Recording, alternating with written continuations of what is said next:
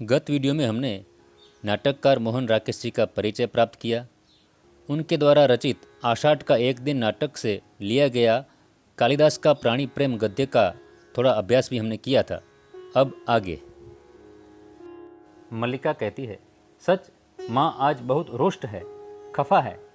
माँ को अनुमान हो गया कि वर्षा में मैं तुम्हारे साथ थी, नहीं तो इस तरह भीग कर न आती। माँ को अपवाद की बहुत चिंता रहती है। अपवाद मतलब कि निंदा। कालिदास कहते हैं, दूध मुझे दे दो और इसे बाहों में ले लो। दूध का भाजन उसके हाथ से ले लेता है। मल्लिका हरिण शावक को बाहों में लेकर उसका मुंह दूध के निकट ले जाती है। कालिदास भाजन को उसके और निकट कर देता है। हम दूध नहीं पिएंगे? नहीं, हम ऐसा हठ नहीं करेंगे, हम दूध अवश्य पिएंगे। राजपुरुष दंतुल ड्योढ़ी से आकर द्वार के पास रुक जाता है। ड्योढ़ी मतलब डेली। क्षण भर वह उन्हें देखता रहता है। कालिदास हरिण को मुंह से दूध पिला देता है। ऐसे ऐसे। दंतुल बढ़कर उनके निकट आता है। दंतुल कहते हैं, दूध पिलाकर इसके कोमल मांस को और कोमल कर लेना चाहते हो? कालिदास और मल्लिका चौंक कर उसे देखते हैं। मल्लिका हरिण शावक को लिए थोड़ा पीछे हट जाती है। कालिदास दूध का भाजन पात्र आसन पर रख देता है। कालिदास कहते हैं, जहाँ तक मैं जानता हूँ हम लोग परिचित नहीं हैं।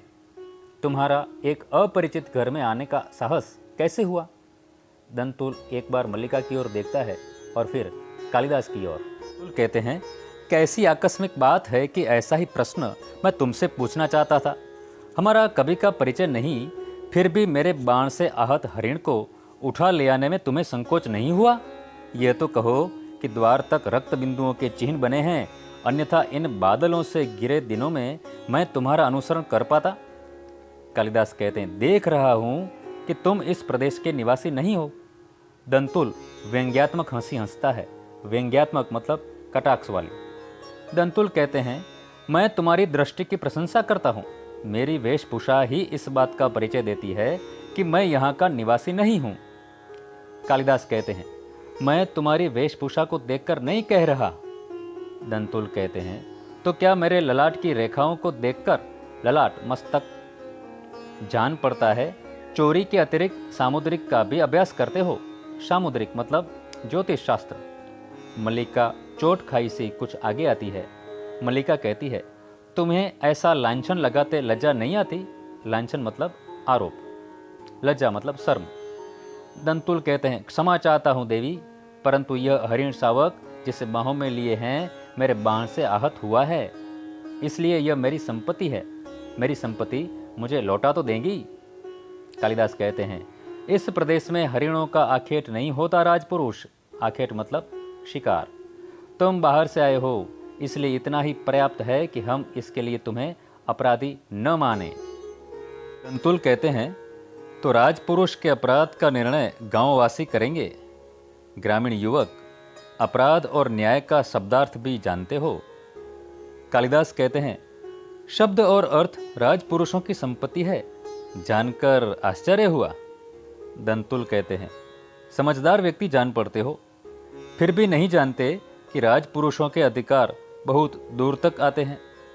मुझे देर हो रही है, यह हरिण शावक मुझे दे दो।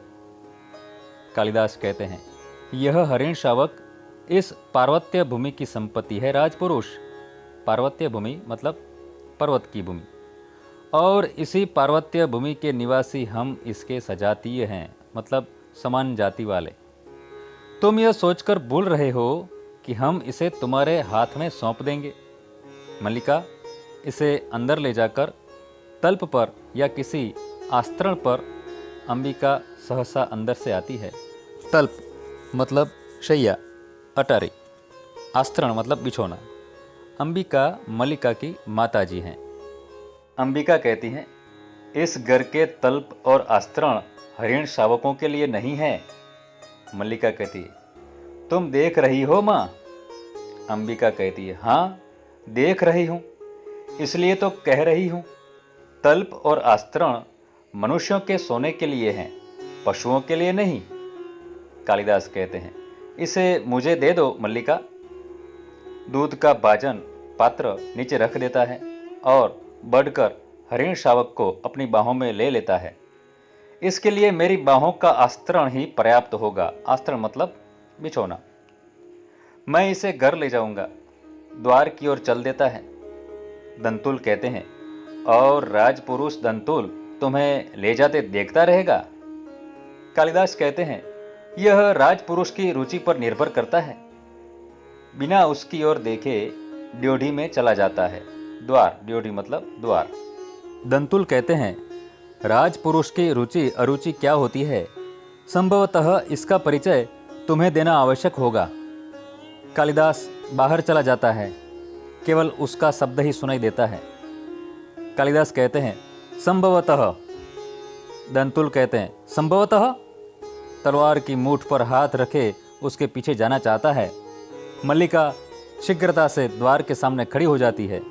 मल्लिका कहती है, ठहरो राजपुरुष, हरिण शावक के लिए हठ मत करो। तुम्हारे लिए प्रश्न अधिकार का है, उनके लिए संवेदना का। कालिदास निशस्त्र होते हुए भी तुम्हारे शस्त्र की चिंता नहीं करेंगे। दंतुल कहते हैं, कालिदास, तुम्हारा अर्थ है कि मैं जिनसे हरिण शावक के लिए तर्क कर रहा था वे कवि कालिदास हैं? मल्लिका कहती है, हाँ हाँ, परंतु तुम यह कैसे जानते हो कि कालिदास कवि हैं? दंतुल कहता है, कैसे जानता हूं? उज्जयिनी की राज्यसभा का प्रत्येक व्यक्ति ऋतुसंहार के लेखक कवि कालिदास को जानता है। मल्लिका कहती है, उज्जयिनी की राज्यसभा का प्रत्येक व्यक्ति उन्हें जानता है? दंतुल कहते हैं, सम्राट ने स्वयं ऋतुसंहार पढ़ा और उसकी प्रशंसा की है, इसलिए आज उज्जयिनी का राज्य ऋतुसंहार के लेखक का सम्मान करना और उन्हें राजकवि का सम्मान देना चाहता है। आचार्य वरुरुचि इसी उद्देश्य से उज्जयिनी से यहाँ आए हैं। मल्लिका सुनकर स्तंभित सी हो रहती है। मल्लिका कहती है, उज्जयिनी का राज्य उन्हें सम्मान देना चाहता है, राजकवि का आसन? दंतुल कहते हैं, मुझे खेद है, मैंने उनके साथ अशिष्टता का व्यवहार किया। मुझे जाकर उनसे क्षमा मांगनी चाहिए।